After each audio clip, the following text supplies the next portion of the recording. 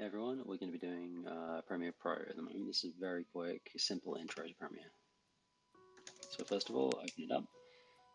I have my clips pre-filmed, and I filmed on a Sony. So in that, if you open up your Sony's memory card, which mine's just called Untitled because I can't do it properly, there's a folder in there called Private. So I go back to the main menu, Untitled, Private.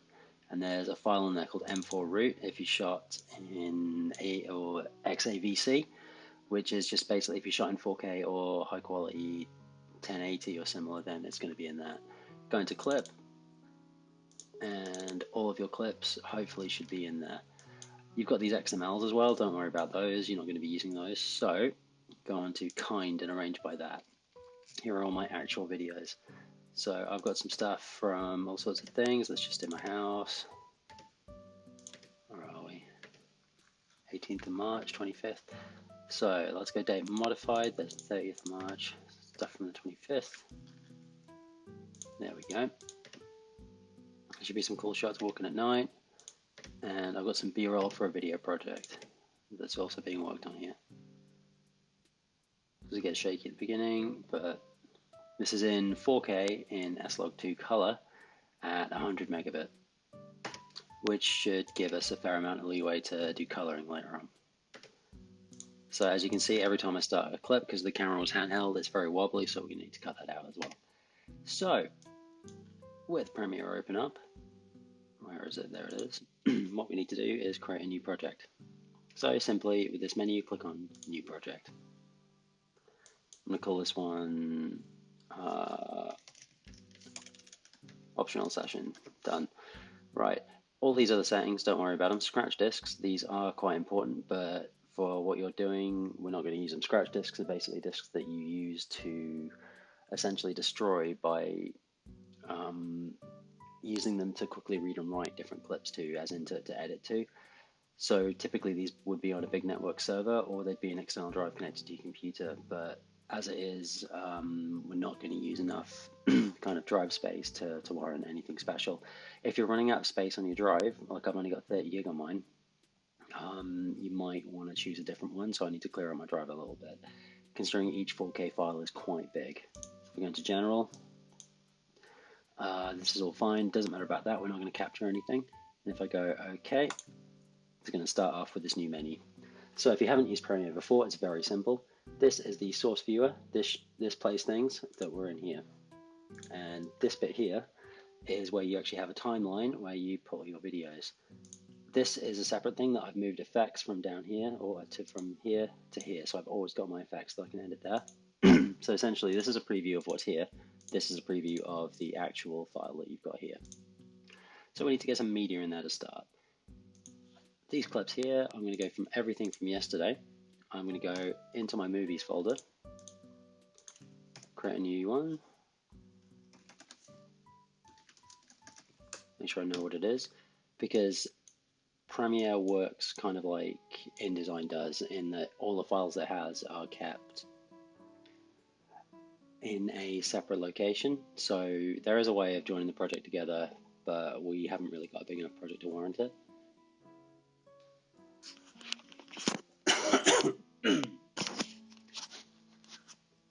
So obviously this is going to be sped through in the edit.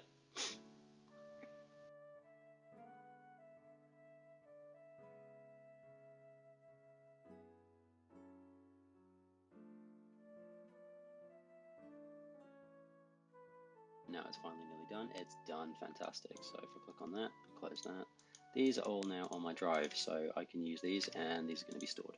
So you can double click in here to import the media, or you can simply get the clips, drag them in like that. It's going to take a couple of seconds. It has to create preview files and things like that. That's all fine. Right, it is recommended that any video you have isn't the highest quality possible. If you have something that is running in a fairly low resolution, you cannot scale that up so it looks good. You can only scale down. This is shot in 4K 100 megabit. Cinema stuff is usually shot in kind of 4 to 8K at about 500 megabit. it's a huge amount of data. The reason it is so you can really mess around with the image afterwards, because the more amount of data that you have in the video stream or image, the more you can mess with it. So I'm going to start off with this one. There we go, there's a clip in there. If we want to create a new sequence, we can right click, new sequence from clip. That's going to make a new sequence or a new timeline, essentially composition as you would in After Effects, with exactly the right settings, which is okay. And the colors do look quite weird, which is a good thing. If I go, no, if I cancel that for a second, there we go. If I go right click in here, new bin. Bin is a word for folder because you used to put clips in a bin back when you were editing with film. So this is going to be actual clips. Done. So I'm going to move all these clips to here. This is inconsequential. I'm not going to use that yet. So this one, I'm going to make a new bin and call it sequence. So this sequence is going to be in there. I'm going to rename this to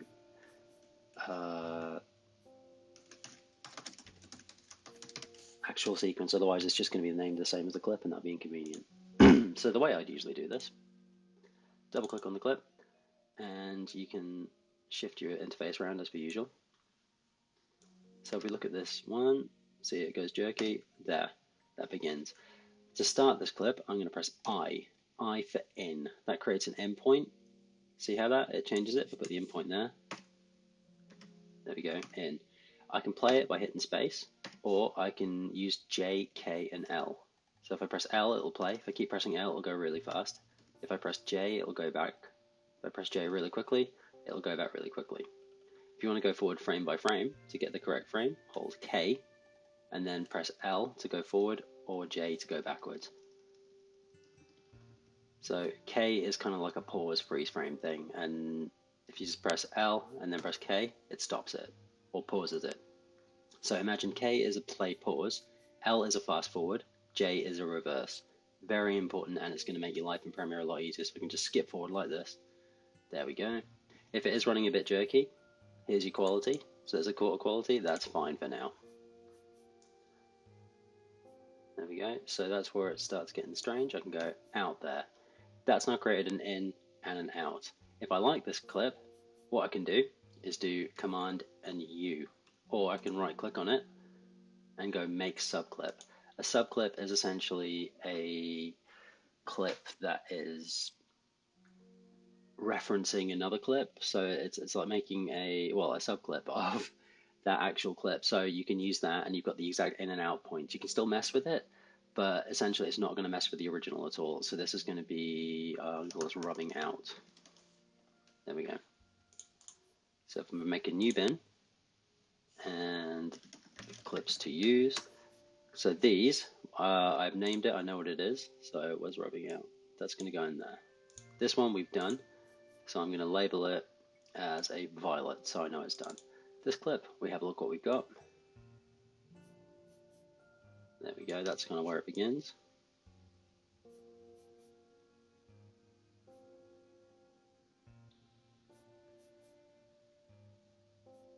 That'll do like that. So, my bad. There we go. This is going to be pens writing. It's going to go in clips to use. That one, label it violet.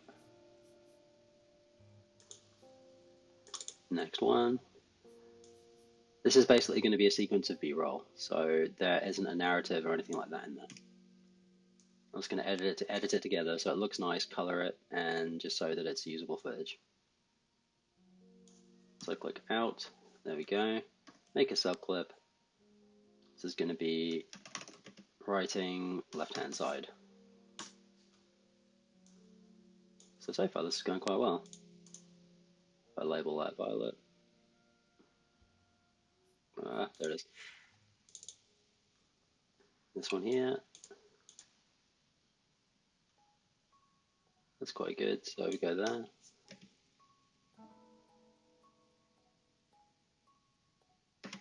So there we go, that is a pen going down.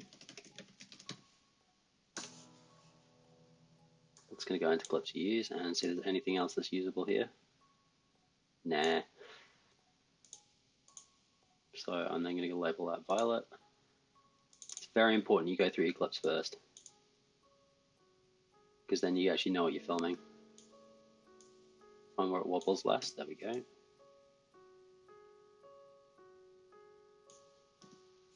Can I go a bit further?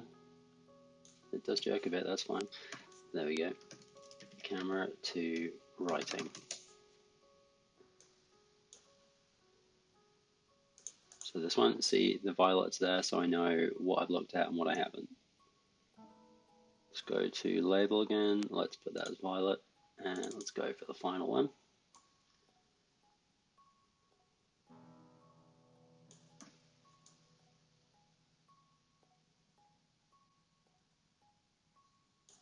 There we go. So on this clip, we've got left-hand side, right. And with that, we've got all the clips that we want to use. I'm going to hide this folder, actual clip. I'm going to label that something completely different, so I'm going to make a note of what all my labels are later on. Violet, I'm just considering done. So clips to use, these are all clips to use. What I could do is now just select all these.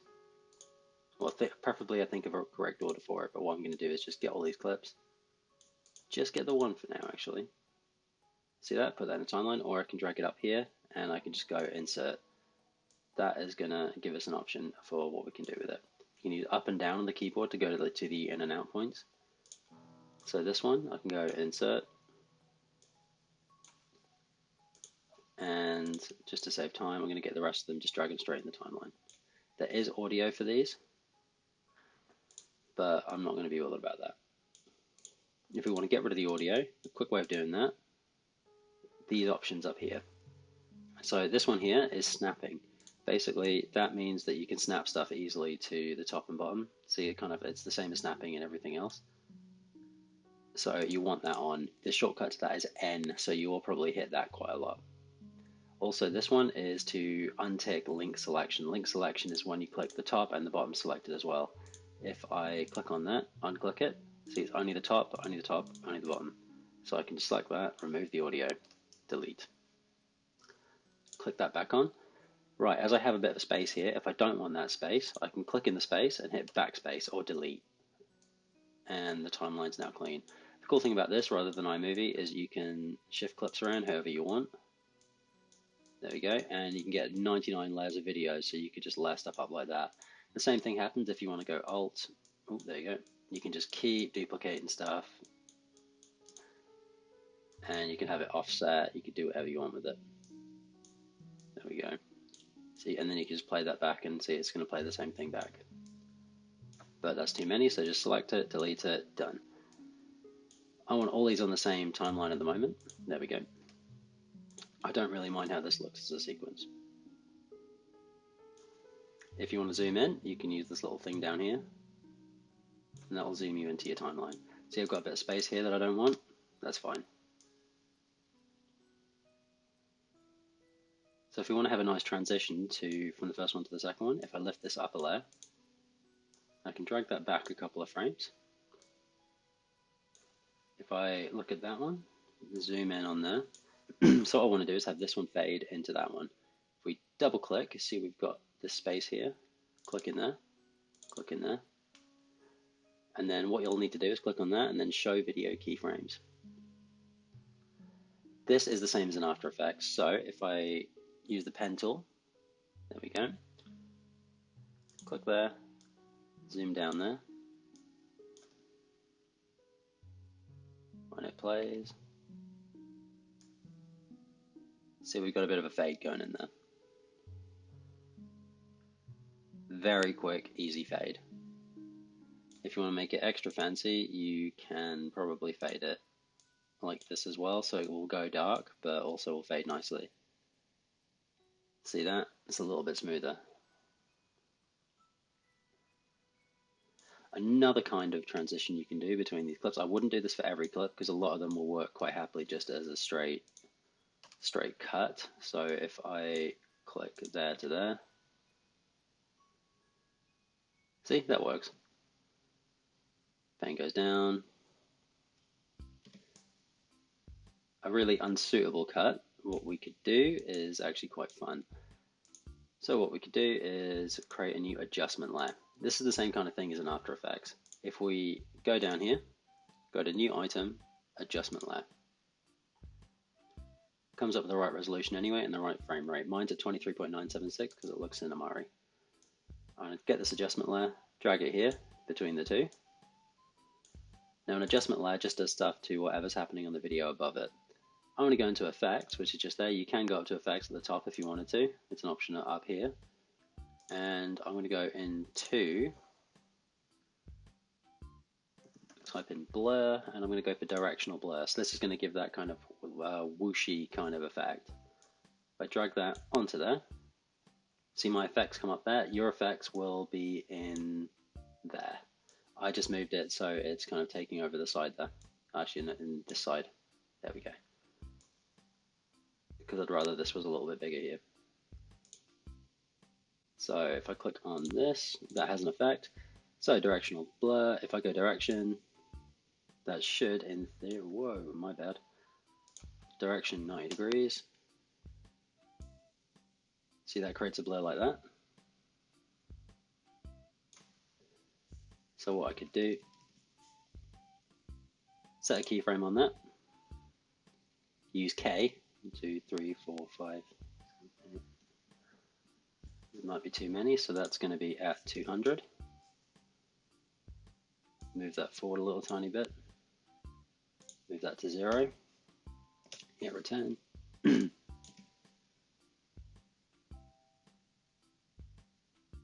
it kind of does that little fade in, fade out type thing. You could also, in theory, kind of scale stuff in and out. Like you could actually cut this clip up. So if you wanted to maybe zoom it in while it did the blur, you can use the blade tool, which is B for blade. Oh, sorry, C for cut. I'm showing my age there. So if I click there, see that? It just creates a line. I can just keep cutting everywhere like that. Let's just get that back to normal. There we go. And so I'm going to put another cut in this one. So these ones here, I'm just going to have as a separate clip. So this one's going to zoom and this one's going to zoom. If I click on that clip, I've got all this. So I can go scale. There we go, scale, and then move scale to there. Scale is going to be 120. So what that's going to do, you're not going to notice it, but it's going to zoom in this one here. At the beginning of the clip, I'm going to say it's 120. Set my scale, keyframe on that. And then down here, it's going to be a little bit more, 100. So now it's going to do this. See that? You can just add little different kind of effects into it. There are plenty of effects and stuff that you can play around with.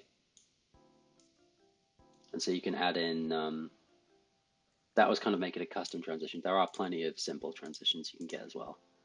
For instance, if we go into video transitions down here, you get all sorts of terrible ones, like you get cube spins, you get dissolves. If you want to go really unsuitable, you can go get kind of like a Star Wars style one. And so I can find a wipe. Oh, this would be terrible. Hang on, let's give this a go. It doesn't like that. Hang on. If we go for, well, let's just triple check there's nothing untoward there. No, that's fine. So thank you, Premiere. Premiere crashed just because I put a new transition in there. I did manage to recover it, so that's fine. Do ensure that you save frequently because Premiere is a brilliantly written piece of software.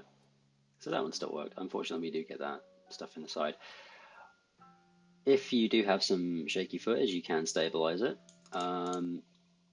Be very, very careful using it. There's an option here for stabilizing, which I'd recommend, which is Warp Stabilizer. You get a couple of options with it. If we go into Warp Stabilizer, it does make things look a little bit uncanny valley. So it's analyzing every single frame in the background, tells you what's going on in there. So this is 585 different frames. So you can actually work out how many seconds it is by how many frames, because there's 23.976, essentially 24 frames in a second. So what you could do is go into a calculator. There we go, and do 585 divided by 24. Essentially, it's 25 seconds. There we go. This is your time code, so it shows you exactly what point in the video you are, same as in After Effects. This will kill your computer, bear in mind. Downside to this is it will make things look a little bit strange. I'm going to leave that analyzing in the background. You get different options like smooth, subspace warp. Subspace warp essentially makes the screen kind of jiggle about a little bit, and you can really tell in the corners. If you are shooting 4K and you want to stabilize it, you can go down to 1080 without much issue, because then you can turn off subspace warp and you can just have it zoom in and zoom out. And most of the time you can't really tell. But what I'm going to do very quickly is do some color on this. This is kind of a little bit heavier duty than you expect, because you can see the color here is very kind of faded. This is because we're shooting in a cinema color mode, essentially called log. This means that when it's on the camera, it shoots stuff in this weird brown color. So if I full screen that for a second, there we go. It shoots stuff in this kind of browny color. My lens is hazy anyway, just from intent. So what we're going to need to do is use a thing called D-log or similar, or use a LUT, which is a lookup table, which essentially looks at the color of an image. And that's my fan going off because it's trying to do this. So yeah, essentially it's a, it looks at the color and says, oh, these colors should actually be this. It's just a quick way of saving data in the camera and just making the colors look fantastic afterwards. So what I'm going to do is go on this, create a new new adjustment layer. I'm going to do all my color on the adjustment layer. The reason I'm doing this, I'm going to rename this color. The reason I'm doing this is because otherwise I'd have to do color correction to each one individually. I know these are all shot in the same kind of area, same location. So if I just grab color, put it on there, stretch it out, see I've got a little red bit there? Done. So there's all my color. And what I can then do is go into the color option here, save before you do it because things break quite a lot. I've got a few extra LUTs and things that I installed, so this will look different to yours. So I can see what this looks like here. If I go into basic correction, my input LUT, I know things that are real nice with an Alexa V3 Rec 709, which is TV color. See, the colors completely change and you get everything back. If I just full screen that for a second, see the completely different colors you get. I might even try going for a from S-Log2, which is what I shot it in, to, where are we, S-Log2 to 709. So it's a little bit lighter, but all the colors come back. If I just try the default log for the Alexa, big cinema camera, then what I can do is mess around with the exposure and things like that. What I like doing is always turning the contrast down a little bit. Highlights up a tiny bit, shadows up a little bit, whites a little bit. Oh, too much. Give it a little bit of haze like that. It's very pink as well, so what I can do is set the white balance. I'm going to try and set that on the plant pot. Ooh, too much. Let me just undo that. So I think this is a little bit too pink, so I'm going to put a little bit extra green in there. That's quite nice. What we can also do is go into creative. One of my favorites is the, where is it, clean Fuji high dynamic range. So it gives it just that nice little tone to it. Turn the intensity down a little bit. That's a really nice color for a video now. And the cool thing is, because we've done it on that one, every other clip now has this color correction on it. You should do this per scene. So for instance, if you're shooting outside, you should have color for that. And if you're shooting inside, you should have a color for that. And also for different times of the day. Also, this will apply to everything underneath it, because things on the bottom layer will be affected by stuff on the top layer. Things can be obscured and things like that. So here we've got that clip, which looks like it's been stabilized. Because I've messed with the color, I can then go back into editing. I might need to analyze that again. There we go. So what that's analyzing, the color does look really nice now though. So if make sure you do finish this off, otherwise that will be showing in the edit, because it's technically part of the video right now. So this color here, if I show you this in full screen there, that's how it looks. Versus, let's have a look, if we turn off color correction, that was how it shot. And if we then go on to color, turn that on. So one thing we could do to kind of show you what it looks like and what it doesn't look like, if I use the blade tool to cut the adjustment layer, it's going to keep it there, everything's going to stay the same, but then if I go into effect and then use a crop, I put the crop on there. If I crop it from the right hand side at 50%, then 50% of this, I'm an idiot, 50% of that is going to be, because that adjustment layer does everything. Hold on a second. What I need to do is move the original up to there. There we go. I'm going to cut that there. This one, I'm going to get rid of that crop because I'm stupid, because I need to do the crop on this one. So this one is going to be a right hand side crop at 50%. So there we go, we have colored and non-colored. So you can see that it's actually doing it because this is above the adjustment layer, so there's nothing happening on this one. If I turn that off, see that I can do it as big or as small as I want. I could actually keyframe it. So if I start there, hang on, let's go to the beginning of the clip using the, let's go, that's the first frame of it, using the K and L. If I go for right and go, I'm going to go for 12, right, let's go forward a little bit. Just playing that one to 50, then it's going to look like this. If I full screen it, that's the previous one. Now you can see the difference in color. See, this one looks far more natural than the kind of like milky browny ones, but it's totally up to you how you want to color it. So if I remove that one now, all these are colored and I'm happy with them. I really should let that finish. So if I go back to color for a second and I go back to this one, you can add additional kind of LUTs, and if you want to add them in there, you can go to browse. You can browse all sorts of new interesting ones. You can turn everything to cinema color if you want, like that. But chances are we don't actually have the necessary color for it. This one is from some guy that does everything, so you can remove the original one and just use that, and he makes it all kind of, that's kind of the color that he uses for all his videos, which looks quite cool. If you don't like it, then undo and go back to how you want it to be, because I'm quite happy with how that looks. I think it looks really nice. Very YouTube-y aesthetic. Also quite nice for films and things like that. So, different kind of edit. If I go and get some more footage, where are we? Go into my Untitled one, private, import root, clip. Oh, it takes ages. Right.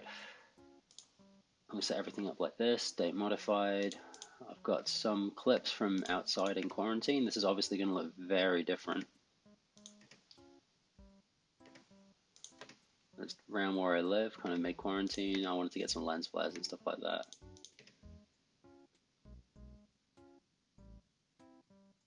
That's my house. Also, I have no,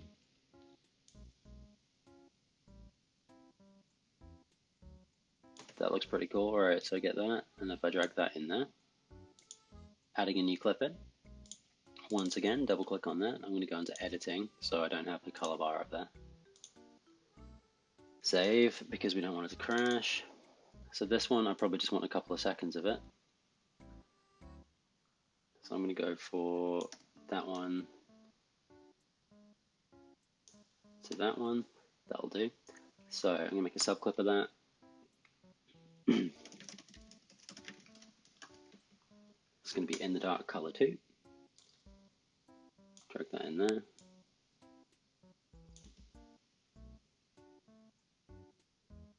Nice. Alright, so if I add this color to it, so I just use Alt to copy that.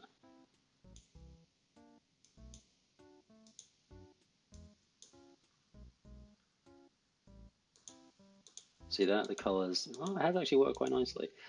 But I want to clear the Lumetri color on that because I want a different kind of color tone for it. Where are we? Go back to click on that. If you move left and right, then unfortunately the playhead will select other stuff, so it might be worth going to sequence, turn off selection follows playhead. There we go. If I like the last frame on that as well, I will show you how to adjust that in a second. So this one, if we go to color, then once again, I can mess with the default log settings. It's taken a while to adjust this one straight away. Don't know why this one's not showing up. So that one then, input LUT, let's go for, it's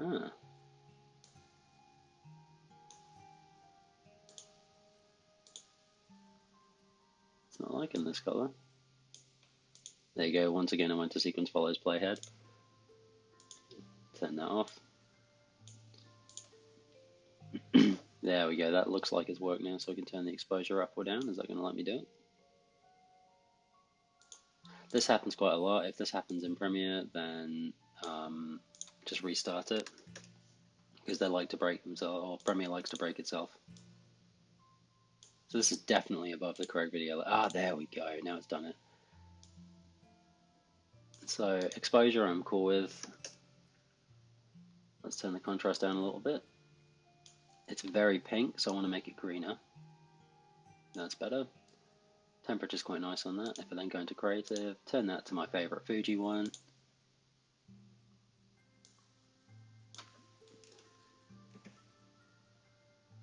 See, it's playing back at quite a low range, or quite a low frame rate. Very slow frame rate. But the color's really nice. So one thing I've been doing quite a lot recently, especially with having to hold frames, is, for instance, saying there it's color corrected, there is non-color corrected. So there's the difference. If I zoom into this, select this one, and the last frame, I can go into clip. Or is it? It's not that there.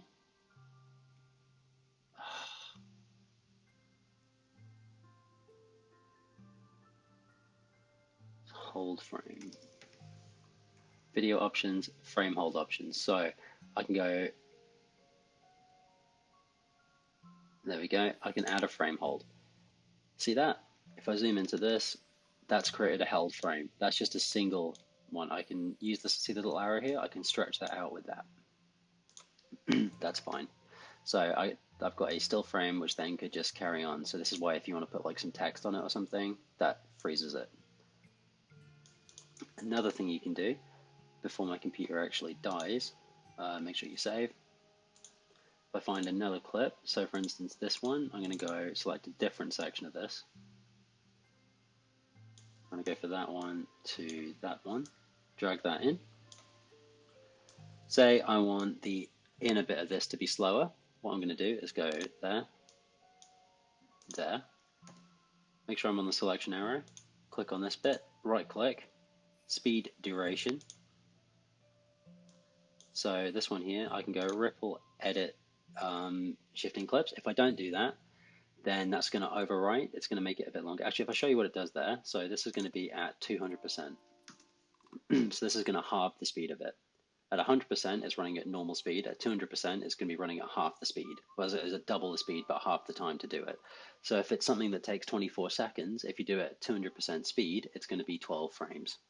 Well, it's going to be 12 seconds. Oh, no, hang on, it's going to be half a second. There we go. See that? It removes this space here. If I undo that, do speed duration again. So if I put it at 200, where is it, 50%, it's going to double the size of it. And it's going to overwrite stuff at the end of it. So what I want to do, let's go back to that. I want to ripple, edit, shifting, trailing clips. And the time interpolation is quite important, because if you are going to be halving the speed, then you're going to be adding frames in. Optical flow is a nice way of doing it, but only do it really carefully. That kind of gives you that nasty soap opera effect that you get with TVs these days that you definitely want to turn off because it looks terrible. But if you do it on this, that should be fine. So ripple edit will kind of ripple stuff along like the ocean, and I'll show you what those edits do in a second. You can also put it in reverse as well. So if I go on to that one, there we go. It's made it a little bit extended. So that's going to be normal speed. And that's now playing at 50% speed.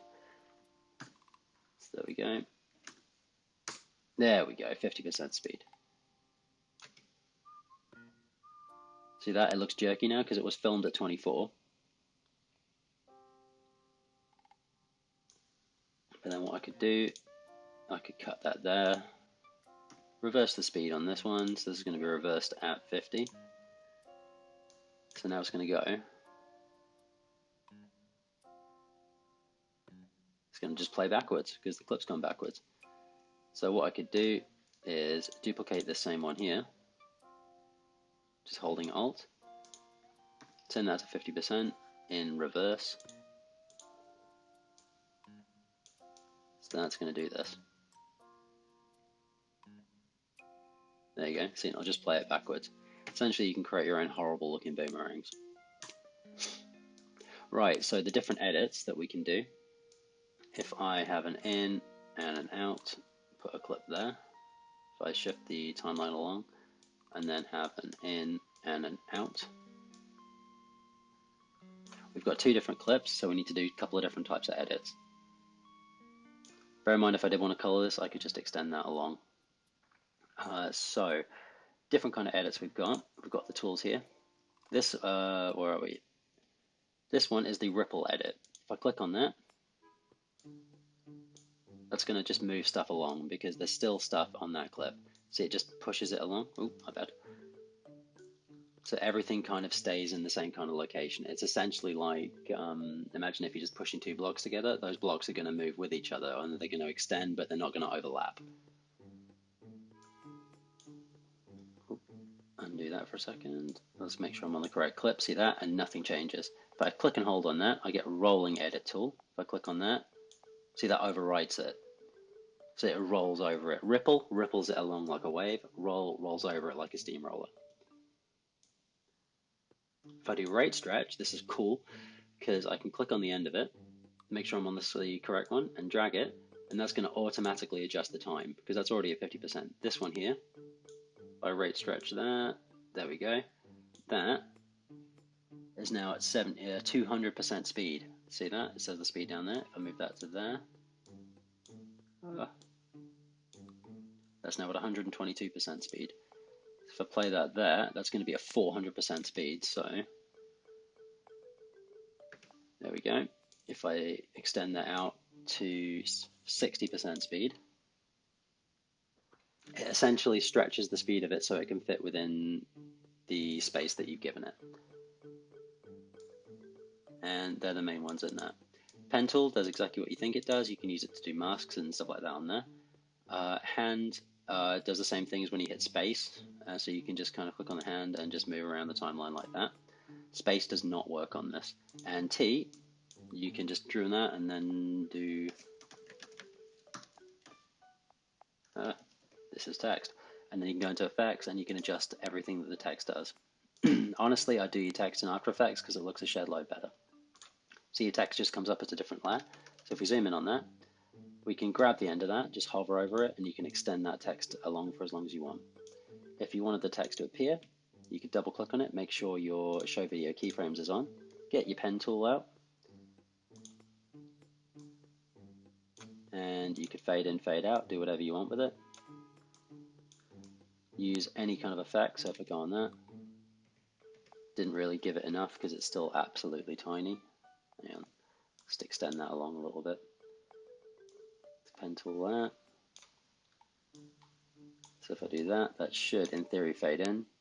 Yeah, that fades in. So that's essentially all your different edits that you're going to be using. So don't worry about layering stuff up. That's all fine. So what I could do is grab these, copy them across. So it's not terrible practice to do that. You can just extend it. click on this, drag that down. So that'll just kind of fade into each other. I am not going to play with any more transitions on this because it's going to break my computer. So apart from that, pretty much ready to go.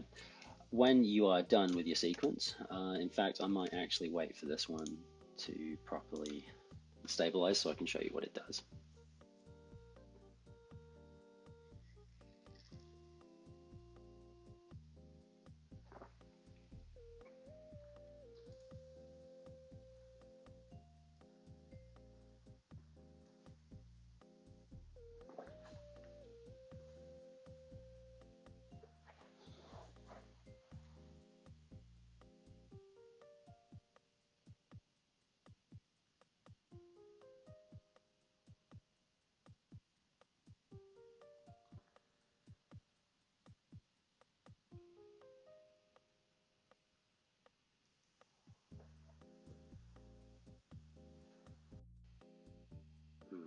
It's still going.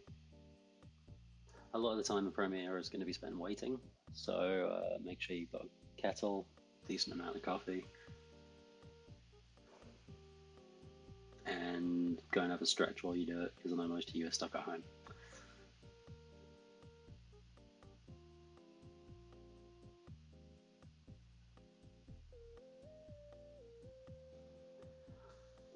To go. The downside is as soon as you do anything remotely complicated in Premiere, it's going to cancel out all the good work that you've been doing. So for instance, all of this rendering, if I start doing something new now, as you've seen, it's literally just going to stop it, so I have to start re-rendering it, which is quite irritating. This is all just to stabilize something. This is why having a stabilizer is actually quite handy. And by stabilizer, I kind of mean kind of like a gimbal, or even stick your camera on a tripod. Oh my god, it's nearly done. Unfortunately, that's not always possible, as we know. A lot of phones have decent stabilization, but unfortunately you don't get the nice image or potential for log color, which is a bit of a shame. But if you can do, I'd always recommend shooting in log. Learn about what the settings do, and learn about what the color does. If you need help, just let me know and I will talk to you about the different settings. Most major camera manufacturers with decent cameras will have a log option, like Nikon has N-Log, Fuji has F-Log, Sony has S-Log, and Canon has C-Log on a few cameras.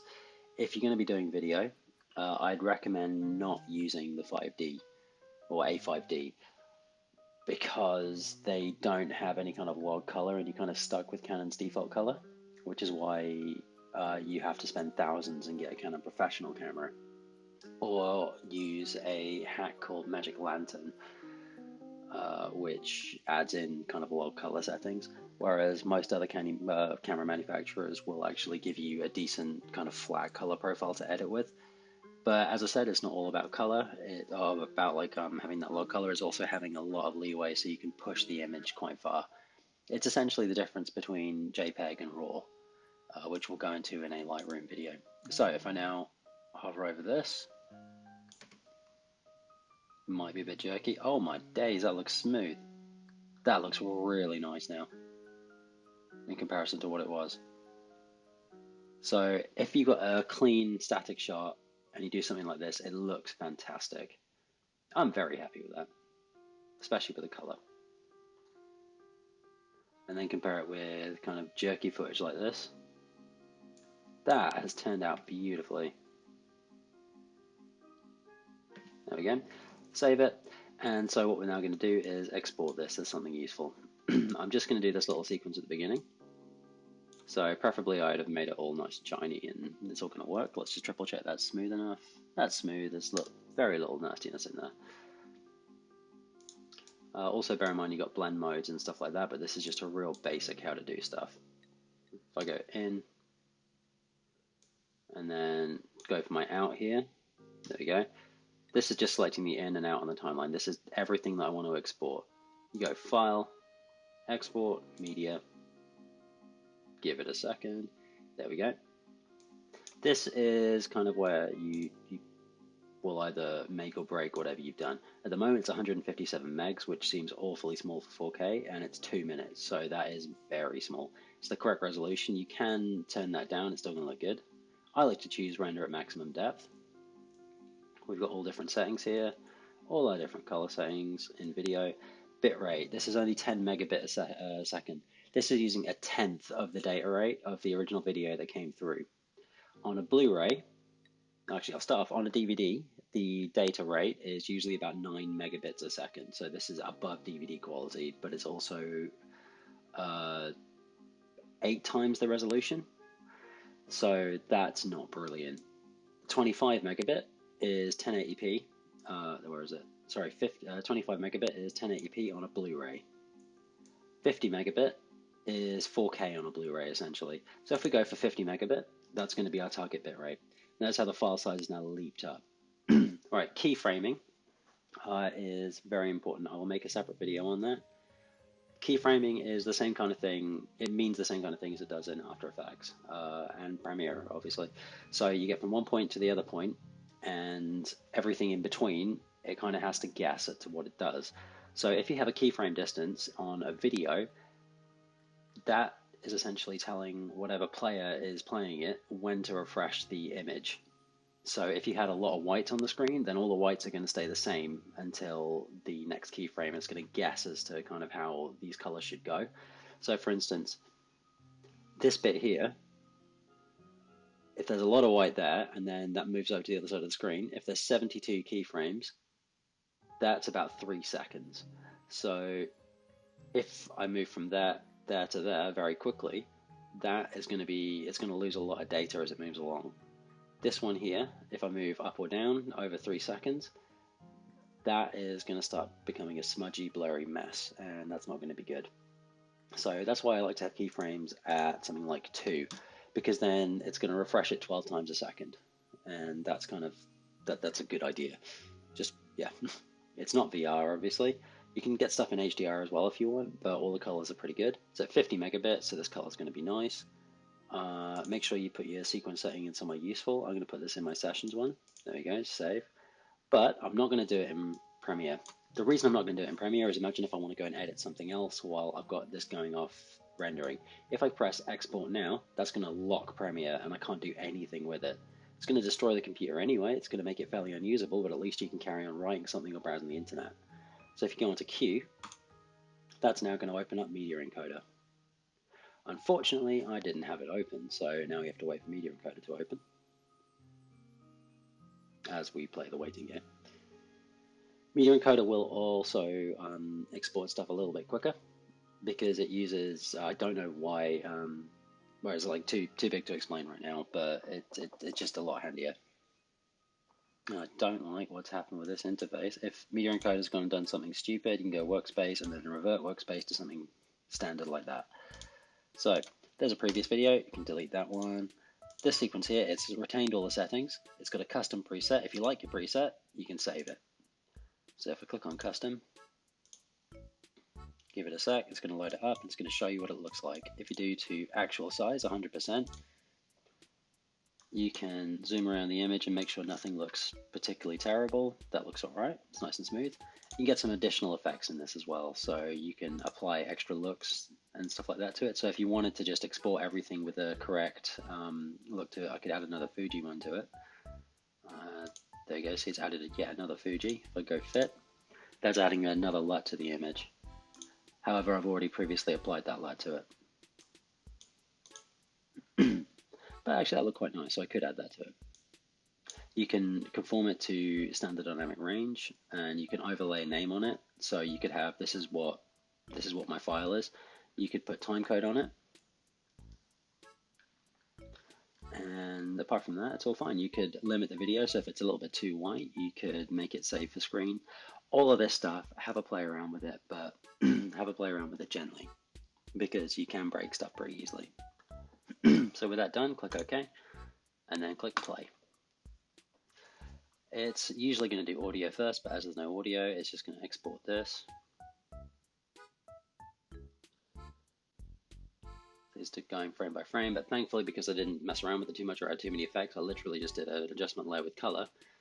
That should hopefully apply it a fair bit quicker. If I just did clip by clip, it would go out a lot quicker.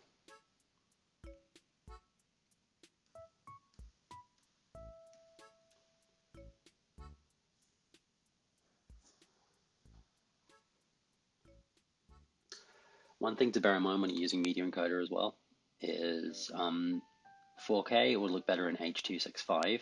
H.264 is an older encoder, which basically is up to, I'd recommend it up to about 1080, but H.264 is fine for it because not everything plays H.265. Output file, this is where it's going to save. If you save it in the default location, it's going to save in your documents and then Premiere autosave settings, stuff like that. So make sure you do change that as well. If you pause it, because maybe you need to use your computer for something, then it's kind of a 50-50 chance whether it's going to crash or start again. So be careful with it. And these are all these presets, and so you've got decent settings. So if someone asks you for a file in a certain format, you can do. However, always edit and film in the best quality you can, because as I said, if you've got something that's low quality, you cannot make that look semi-decent unless you've got that original data in there to expand it up, which is why quite a lot of old TV shows and movies, they're all shot on 35mm film. So those you can scan in and make look nice. However, stuff that was shot in kind of DV or digital video, you can't really scale up because the data isn't there. The quality isn't there for you to expand it. And so YouTube preferably wants like a minimum of 1080p. The average display that people are going to be using these days is 1080p, according to various sources on the web. So make sure you design for that. The Mac that I'm using is running at 2560 by 1600, which is essentially 2K in a way. So if I run 4K on it, that's going to look fantastic and it's going to scale it down. My TV is 4K, so when I put 4K on that, it looks brilliant. However, when I scale 1080 up on it, it doesn't look brilliant. It doesn't look, you can tell that it's a lower resolution, unfortunately. Same with if you're running a low resolution picture. Also, the average phone resolution, provided you're not on an iPhone, is that's you, was it 15 to 20% of the market. The average resolution on an Android phone is going to be just over 1080p now. And for Apple devices, generally it's going to be, I think, 1280 by 760 or 1366 by 768, something like that. So anything you run above 1080p is going to look fantastic on a device like that. So now that's finished. Give it a second to tail off.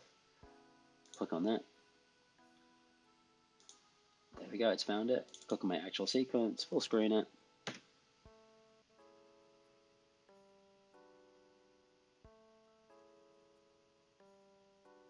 It's actually crystal clear.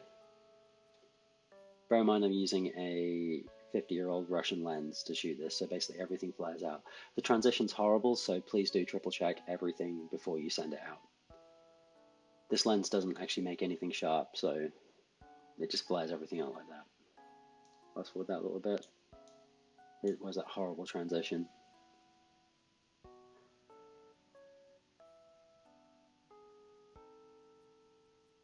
Yeah, it works.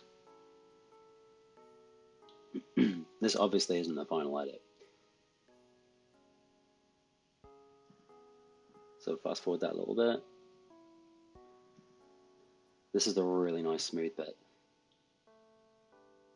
There's very little warping in there. That does look brilliant.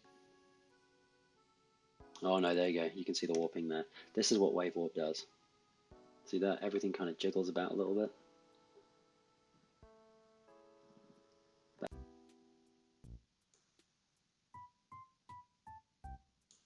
Addendum as I am editing this video right now. I didn't show you how to nest a sequence. So for instance, I've got 4 different sequences here with 4 different audio tracks. This is me doing the voiceover recording it. So basically what I need to do, I'm going to unlink everything here. I'm going to select the 4 audio files down here. I'm going to right click on them and I'm going to click Nest. Nest is essentially the same thing as in After Effects, which is pre-comping. So if I go Nest, click OK, that's all one sequence right there. So now I can click on that. I can then go into Effects and then do some audio effects on this. For instance, I'm going to go de-esser. Oop, two E's. There's de-esser obsolete, but de-esser, that gets rid of the kind of noises that you get. There we go. So I could play that through, but that's not going to make a difference because you're going to listen to it compressed on YouTube anyway. And also you can go on compressor and noise reduction, but it should be fine. Also, same thing with audio, you can adjust the sound down a little bit.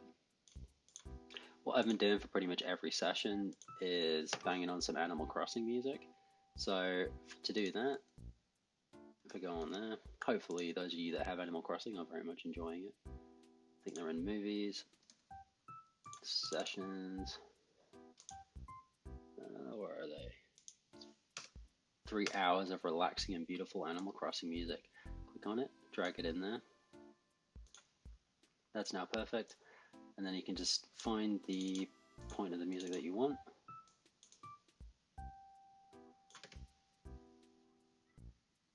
There we go.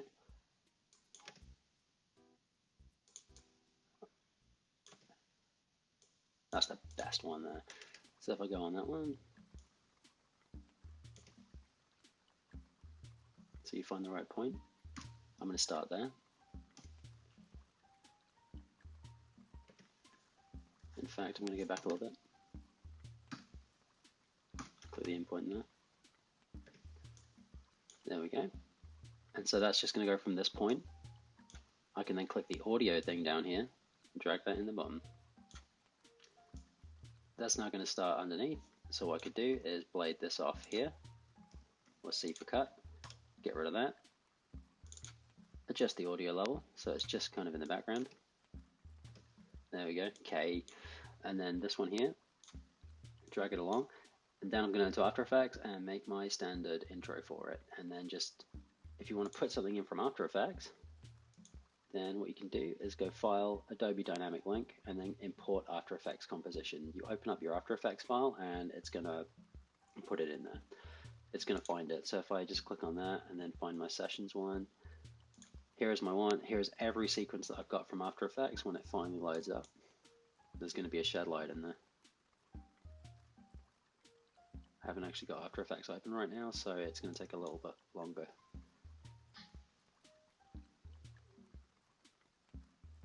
There we go. All of my sequences. So all I need to do, for instance, if this is going to be the wrong one for it, if I just have my key pop for command, if I click on that,